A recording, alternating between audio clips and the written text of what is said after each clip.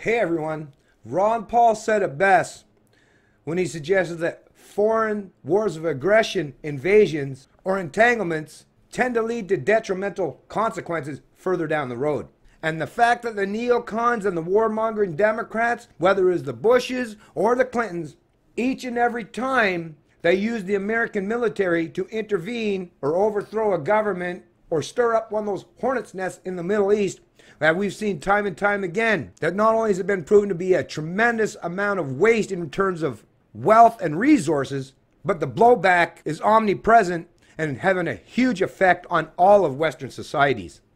Headline of the National Post: hundreds rescued from slavery in Libya are coming to Canada, immigration minister says. Canada was one of the few countries to respond to a request from the UN Refugee Agency in 2017, Ahmed Hussein said Wednesday. So here it is, right? So Western allies went in, took down Gaddafi, and I mean, everyone that paid attention to geopolitical strategies and the implications of overthrowing Gaddafi at the time, everyone was basically saying, if you do that, yeah, wait till you see what's going to happen as far as this mass amount of migrants that'll be, fleeing African nations. Because yes, slavery does very much exist today, folks.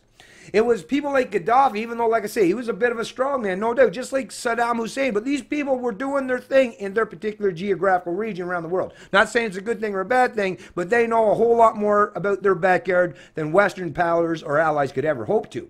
But because of people like Hillary Clinton, she was Secretary of State at the time. See how proud, remember that interview she was doing? Like, we came, we saw it, and what was it? We conquered or we killed it. She was all excited and so much glee because they had killed Gaddafi, right? But look at what we're seeing as a consequence, as a direct result of that. And you got someone like Ahmed Hussein, a Somalian refugee himself, who comes from that particular part of the globe, who's now saying, hey, bring these people. So they create the problem. Western allies create the problem. They stir up the hornet's nest. And then you get these political hacks like Hussein here saying, oh, we'll just bring all these people to Canada. We'll just get the Canadian people to take care of them or deal with them. Like I say, these people aren't going to help Canada. Maybe these people should stay in their own countries and help rebuild those countries or help push back or fight against those oppressive regimes. This is the part that I understand. Like people like Ahmed Hussein, do you not care about like your country that you came from? Do you have no loyalty? Do you not care about all those people? You must have extended members of your family or people that like grew up in these countries. Do you not care to or hope or aspire to see them become something great themselves at some point in time? Or you just think that, oh, they just have to come to Canada? That's the only place, right?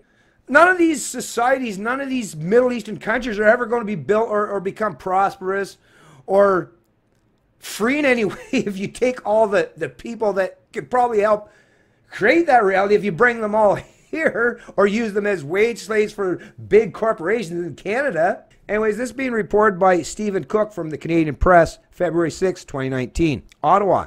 Canada has begun resettling hundreds of people rescued from slavery in Libya, Immigration Minister Ahmed Hussein says.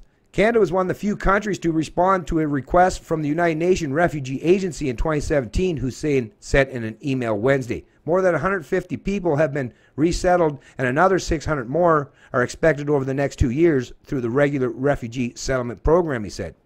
We are also taking action to resettle 100 refugees from Niger, rescued from Libyan migrant detention centers, including victims of human smuggling, he added.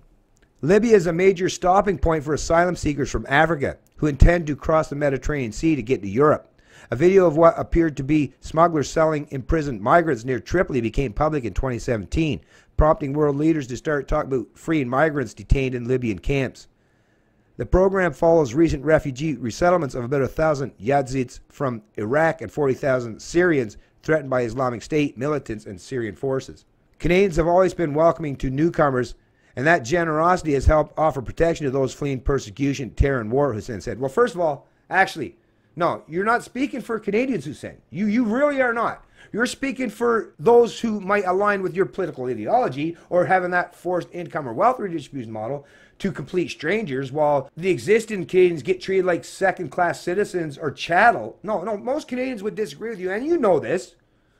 This is political spin That's all these politicians know how to do, is lie through their teeth. That's what they do on a daily basis. That's literally what it is to be a politician, folks. Sorry, even though I recognize that some of them hold themselves to a little bit better standard than others. I mean, come on. Acting benevolent or generous with other people's money, you know, forcing, and it's not even actually the Canadians alive today that are paying for any of this, because like I say, look at the debts. Are you seeing the taxes increasing enough for you to pay for it? No. So really, Hussein is basically creating economic slaves himself, although most of them are on board at this point in time because the debts are so high in Canada that by the time anyone's capable to pay any of this off or start shrinking the debts in this country, like I say, those are people that haven't even been born yet. That's how high the debt levels are. So Hussein is basically economically enslaving the unborn Canadians at this point while pretending that he's acting benevolent by helping these people in Libya. And how is he helping them? By bringing them to Canada to what? Be more debt slaves? No, I think the best thing you could do for the people of Libya or from some of these African countries is to tell them to stay where they are and fight off any oppressive regimes that challenges their own personal freedoms. Expanding liberty is the good concept if you want to help people out. Bringing them to Canada or Western countries to just be the most newest iteration of wage slaves and serfs in this country, yeah, I don't believe you're actually helping them out a whole lot. I believe you're probably helping GDP growth. I believe you might think you're helping GDP growth. I believe you might think that you're coming across as benevolent in some way, but at the end of the day, it's reality over rhetoric. It's Canadian Libertarian, and I love liberty.